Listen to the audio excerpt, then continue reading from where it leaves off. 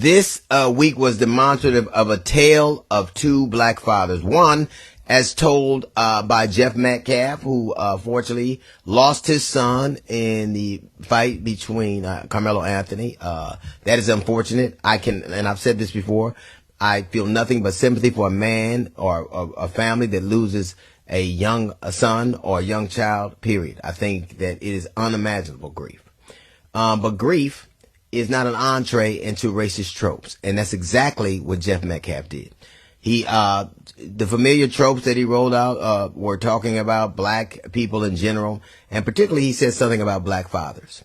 And it is, I think that it's, all too common for people to assail black fatherhood. It's all but too common for them to use stereotypes. We can tell them ad nauseum that the CDC says that black men participate at a greater degree than any other black fathers participate at a greater degree than virtually any other demographic. But that will fall on deaf ears. But I think more demonstratively was the tale of Jalen Brunson, NBA champion Jalen Brunson, and his father. I think it is the story of David and Goliath. If David were sitting there with his father. I'm struck by the fact that he was playing the face of the league, the 7'6" behemoth, Wemby, who was going to be the face of the league and who was heralded to win and that he was supposed to win. As a matter of fact, 75% of the time they played, 75% of the time, the San Antonio Spurs won.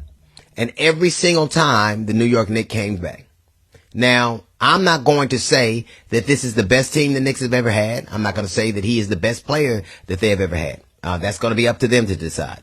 But I will say this, in 53 years, what I found the most remarkable, what is the clearest example of what a black father can do to a black son. Every single time they fell behind, that young man had to sit next to his father. And his father had prepared him for every single moment. There was a sense of calm you could see. You could just see that they didn't panic because that man was sitting next to that father, that black father, and he had taught him. He had showed him. He had pushed him to the limit. So when he was being pushed to his limit externally, he rose. He rose.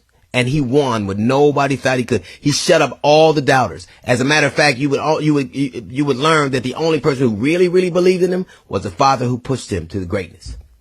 I don't know if he's the greatest Knick ever, but that was the greatest example, the starkest example of what a black man sitting next to his black son can do against all odds.